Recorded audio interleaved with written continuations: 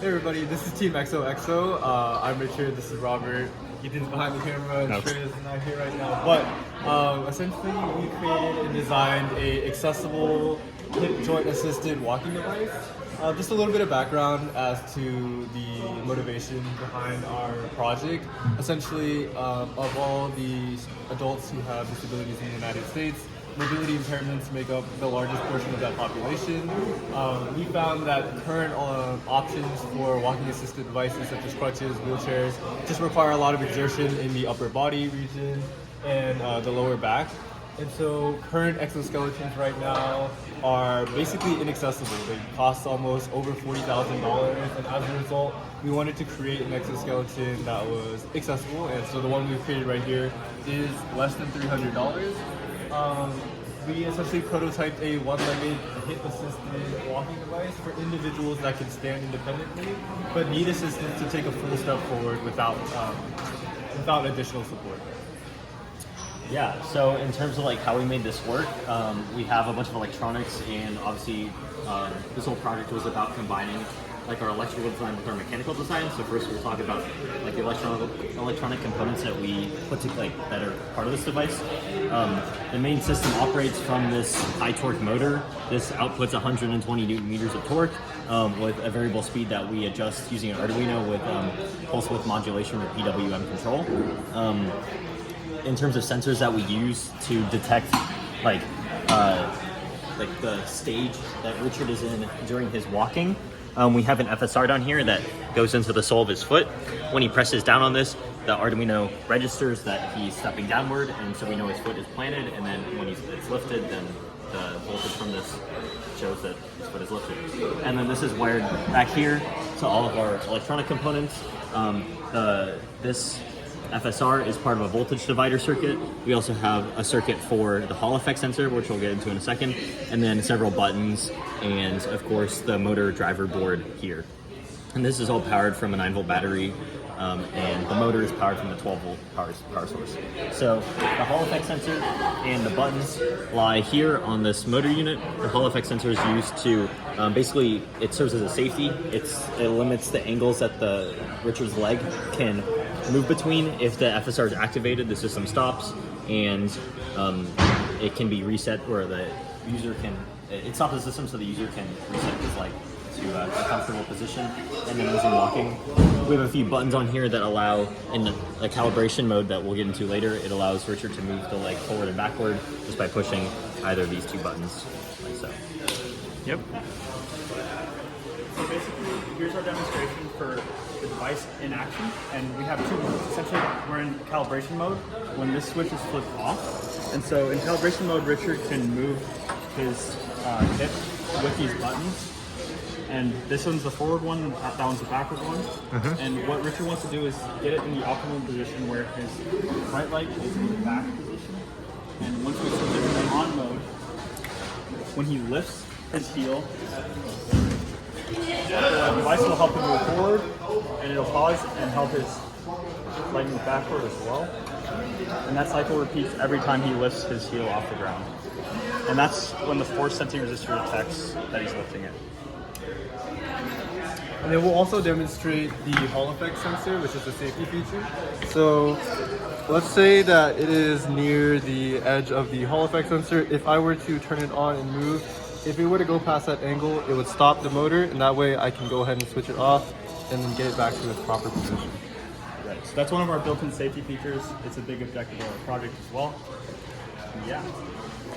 So in order to control or I guess get signals from all of the sensors and then drive the motor, we wrote a short little Arduino code that basically takes in, obviously we define the pins for our motor forward and backward motion actuation, the FSR and Hall effect sensor, which both use analog input, and then all of the buttons that we used for the on-off button, and then obviously the forward and backward buttons that we use for calibration. We define all those digital input pins here.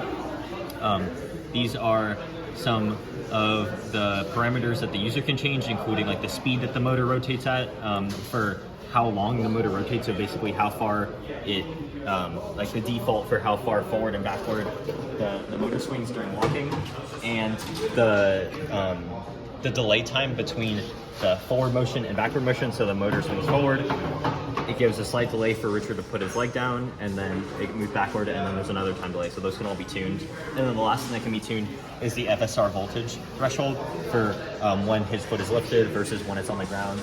We had to tune that a little bit to get a value that is that works well. And so basically, all this code really does is we define our calibration procedure. It just looks for when the forward and backward buttons are pressed, and it moves the motor accordingly. And then when we're going through the walking cycle, we just define like several different states or stages, I guess, of like that whole cycle. So the first one is when his foot is in the backward position, it's waiting for the FSR to be lifted. It rotates forward in the second stage, and then the third stage is when it's planted on the ground, waiting for his foot, the FSR, to read that his foot's been planted. And then the fourth stage is for when his foot is moving backward, and and then in the last stage is the emergency stop. So if the Hall effect sensor is activated, then the system will just freeze. It won't do anything until it's reset by going back to the calibration stage. Nice. As for actuation, this is all done by this high torque, low speed gear motor. Essentially, it outputs about 120 newton meters at max, which is just enough torque to lift the average adult human leg.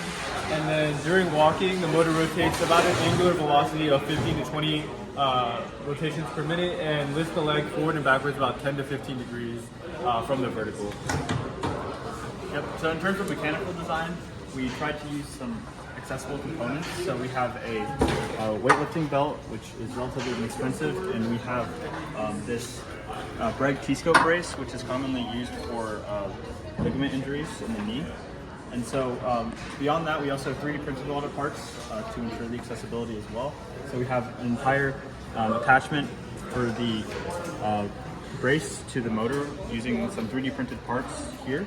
And we also cut some steel rods to form this bracket for attachment. And these are attached with L brackets right here. And in addition to that, this 3D printed component holds the motor in place to ensure that the torque doesn't shift the motor in this direction. So we have that going, and yeah, that's it for mechanical design. Okay. And then in conclusion? Yeah, in conclusion, the device allows users a assisted device that's going to allow you to move forward. Of course, like we said, the individual has to be able to stand. However, this gives it a great number of torque that's going to allow it to run through a typical gait cycle. Some things that we think we could definitely improve upon, for sure, we would like to distribute the weight or the load of the motor throughout the rest of the system to allow for a more comfortable experience for the user. We also think to maybe include inertial sensors to essentially activate upon the detection of like any sort of acceleration in the leg versus just the detection of like a force sensor in the foot. Yeah, and then one last thing I just want to add on to that is obviously right now our whole device is connected to a wall socket and this power source. Ideally, you'd be able to use a 12-volt battery, like a rechargeable battery that could be hooked onto a backpack or something that the user wears. And then obviously we have all of our electrical components in this box at the back that connect to the motor. But yeah, and then, oh wait, one more thing was obviously more advanced devices have multiple degrees of freedom. Ours only has one at the hip.